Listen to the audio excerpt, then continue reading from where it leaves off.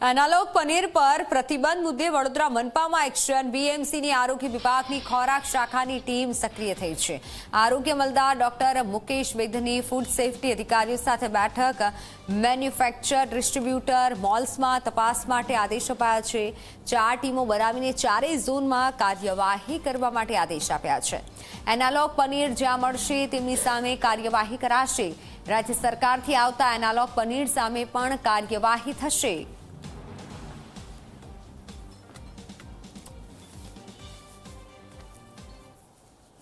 મહારાષ્ટ્ર પછી ગુજરાતમાં રાજ્ય સરકારે એનાલોગ પનીર, ચીઝ અને બટર પર પ્રતિબંધ મૂકી દીધો છે. ત્યારે આપ જોઈ શકો છો કે વડોદરા કોર્પોરેશનમાં મુખ્ય આરોગ્ય અમલદાર મુકેશ વૈદ સાહેબની ઓફિસમાં જે તમામ ફૂડ સેફ્ટી ઓફિસર છે તેમની મિટિંગ કરવામાં આવી રહી છે.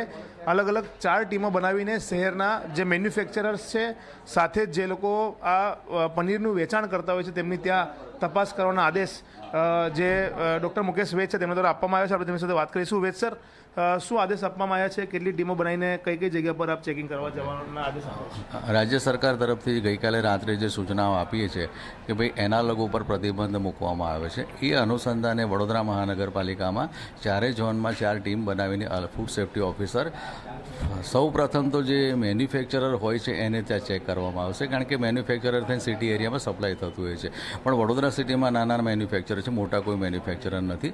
પણ બહારના સ્ટેટમાંથી ધારો કે કોઈ પનીર આવતું હોય તો એના ડિસ્ટ્રીબ્યુટરો પણ હોય છે વડોદરા સિટીમાં, અને એ વડોદરા સિટીમાં જે ડિસ્ટ્રીબ્યુટર હોય છે એને ત્યાં ખાસ ચેક કરવામાં આવશે. એટલે ત્યાંથી જે સિટીમાં સપ્લાય થતો હશે સપ્લાય જ અમારા તરફથી રોકવામાં આવશે. અને અમારું ફોકસ એનાલોગ ઉપર જ રહેશે, કારણ કે એનાલોગ એટલે 3 વસ્તુ હોય છે એમાં, કે ચીઝ, બટર અને પનીર. એટલે ફોકસ 3 પર રહેશે. 3નું એનાલોગ કરતા હોય છે મોસ્ટલી, એટલે ફોકસ અમારું એ વધારે રહેશે. શેમાંથી બને છે એનાલોગની જે આઈટમ? એટલે વનસ્પતિ હોય છે, પામ ઓઇલ છે, એ બધું મિશ્રણ કરીને બનાવેલું. એકચ્યુઅલ જે પનીર હોય છે તો દૂધમાંથી ફાડીને બનાવતા, આપણે જેમ પહેલાં દૂધનું અને ફાડીને બનાવતા હોય છે એ પનીર એકચ્યુઅલ કહેવાય છે. આ એનાલોગમાં કોઈ દૂધની કોઈ માત્રા હોતી જ નથી, ફક્ત ને ફક્ત વેજીટેબલ ને પામ ઓઇલની જ માત્રા, નો ભેળસેળ એ કરવામાં આવે છે. મોલ્સમાં પણ પનીર મળતું હોય છે, ત્યાં પણ ચેકિંગ કરાશે? બધું બિલકુલ. પણ અમારું ફોકસ અત્યારે જે સિટી એરિયામાં મેક્સિમમ સપ્લાય જેને ત્યાંથી થતો હોય છે ને એને ત્યાં અમારું ફોકસ રહેશે. ટીમો બનાવીને તપાસ 4 ટીમો બનાવીને તપાસ કરવામાં આવશે.